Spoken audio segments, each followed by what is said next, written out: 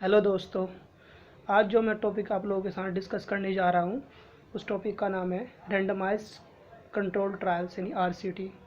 आप लोगों को याद होगा कि अभी फ़िलहाल रिसेंटली में ही इंडिया के जो इकोनॉमिस्ट है अभिजीत बैनर्जी और उनकी वाइफ इस्थर डेफ्लो, इनको इकोनॉमिक्स में नोबेल प्राइज़ मिला था। और उनको इस टॉपिक के लिए मिला था कि उन्होंने जो पॉवर्टी एलिविएशन प्रोग्राम्स है, पॉवर्टी एलिविएशन जो प्रोग्राम्स है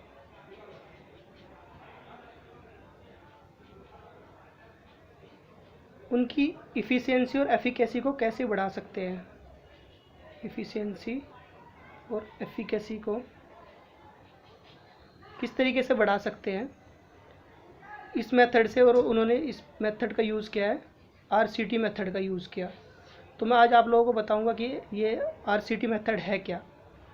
तो फ्रेंड्स, सबसे पहले ये आपको ये बता देना चाहता हूँ कि जो आरसीटी मेथड है, ऐसा नहीं है कि इन्होंने इस मेथड को डिवाइस किया है, इन्होंने अभिजीत बनर्जी और इनकी वाइफ ने, ऐसा नहीं है कि इन्होंने डिवाइस किया है, बल्कि ये जो मेथड है ये बहुत पहले से ही है, 1970s से ही है, हमारे यहाँ पे चल है ये यूज़ में।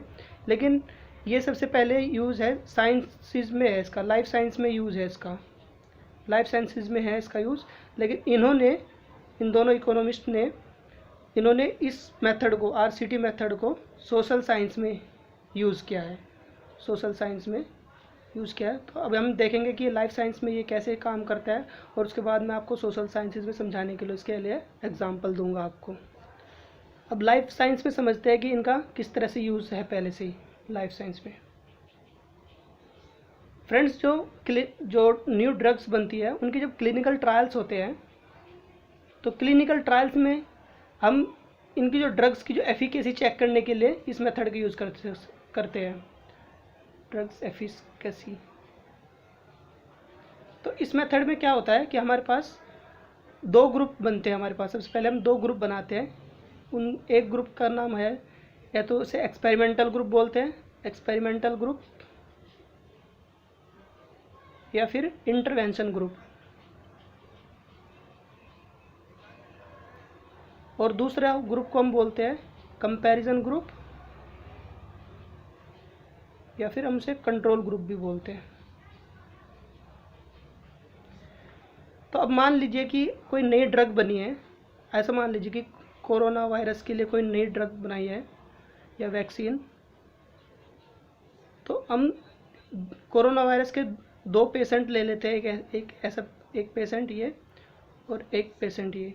तो एक पेशेंट को हम ये कहते हैं कि ये इंटरवेंशन ग्रुप है या एक्सपेरिमेंटल ग्रुप है, और एक दूसरा है ये कंपेरिजन। इन्हें दोनों को सिमिलर कंडीशंस में रखते हैं, और सिमिलर एक को हम ये ड्रग, जो वैक्सीन या ड्रग जो बनी है, हम इसको देते हैं, या अगर वैक्सीन बनी तो इंजेक्ट करते हैं, और हम एक को बिना ड्रग या बिना वैक्सीन के रखते हैं, जो हमारा कंट्रोल ग्रुप है।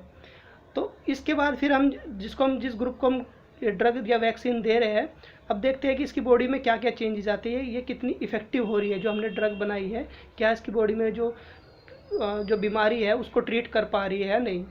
तो ये हमारा, इसे बोलते हैं, इसलिए हम इसको इंटरवेंशन दे रहे हैं, ड्रग प्रोवाइड कर रहे हैं, इसलिए इंटरवेंशन ग्रुप, और ये हमारा कंट्रोल ग्रुप। तो इस तरह से जो नई जो ड्रग्स बनती है उनकी एफिकेसी चेक होती है आरसीटी मेथड से। अब मैं आपको सोशल साइंसेज में कुछ इसके एग्जांपल्स दूंगा कि आरसीटी का यूज़ सोशल साइंसेज में कैसे करते हैं। हाँ, आप लोगों को ये याद होगा कि ये हमेशा डिबेट चला आ रहा है कि जो हमारी सोशल साइंस है ये साइंटिफिक मेथड का यूज़ करती है या नहीं करती है। तो जो साइंस वाले जो कहते हैं कि जो साइंटिफिक मेथड है, हमारे जो एक्सपेरिमेंट्स करते हैं हम लैब के अंदर करते हैं, साइंस वाले ये कहते हैं। सोशल साइंस वाले कहते हैं अच्छा, आप लोग एक्सपेरिमेंट कर लैब के अंदर करते हो, हमारे जो पूरा वर्ल्ड जो है वही हमारे लिए एक पूरी तरह से एक लेबोरेटरी है, तो हम तो अपने पूरी वर्ल्ड को लेबोरेटरी मानते हैं। तो हम साइंटिफिक में, हमारे जो सोशल साइंस में भी हम साइंटिफिक मेथड्स का यूज़ कर सकते हैं। तो अब मैं आपको एक एग्जांपल देता हूँ। एक जैसे मान लो बिहेवियर मॉडिफिकेशन थियरी है, तो बिहेवियर मॉडिफिकेशन थियरी क्या कहता है कि हम ये बिलीव करते हैं कि जो इंसान होता है उनके बिहेवियर में चेंजेस आ सकते हैं। तो मान लीजिए हमारे पास दो ग्रुप है, स्टूडेंट्स के दो ग्रुप है, और हम इनका एक बिहेवियर मॉडिफाई करना चाह रहे हैं, और इनको बिहेवियर मॉडिफाई करने के लिए हम इनको थेरेपीज़ प्रोवाइड करते हैं। तो एक तो जो हमारा इंटरवेंशन ग्रुप है और एक हमारा कंट्रोल ग्रुप है।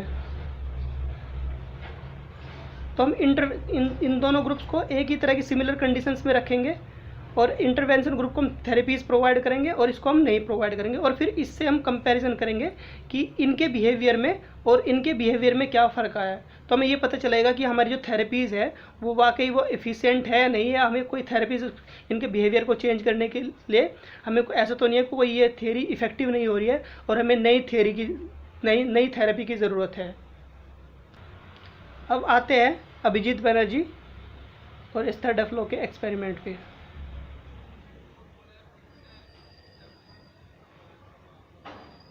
तो ये कहते हैं कि जो RCT मेथड है हम इसको पॉलिसी एफिशिएंसी में इस तरह से यूज़ कर सकते हैं।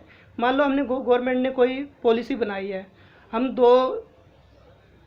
एक ही तरह के दो मतलब लोग ले रहे हैं जिनका मान लो कि ये गवर्नमेंट ने कोई MG नरेगा स्कीम चलाई है और हमें ये देखना है कि ये इफ़ेक्टिव है नहीं। तो हमने एक क्राइटेरिया के बेसिस पे कि जो स्टैंडर्ड ऑफ लिविंग है, दो ग्रुप लिए और उन दोनों का सेम है स्टैंडर्ड ऑफ लिविंग, इसका और इसका दोनों का स्टैंडर्ड ऑफ लिविंग सेम है।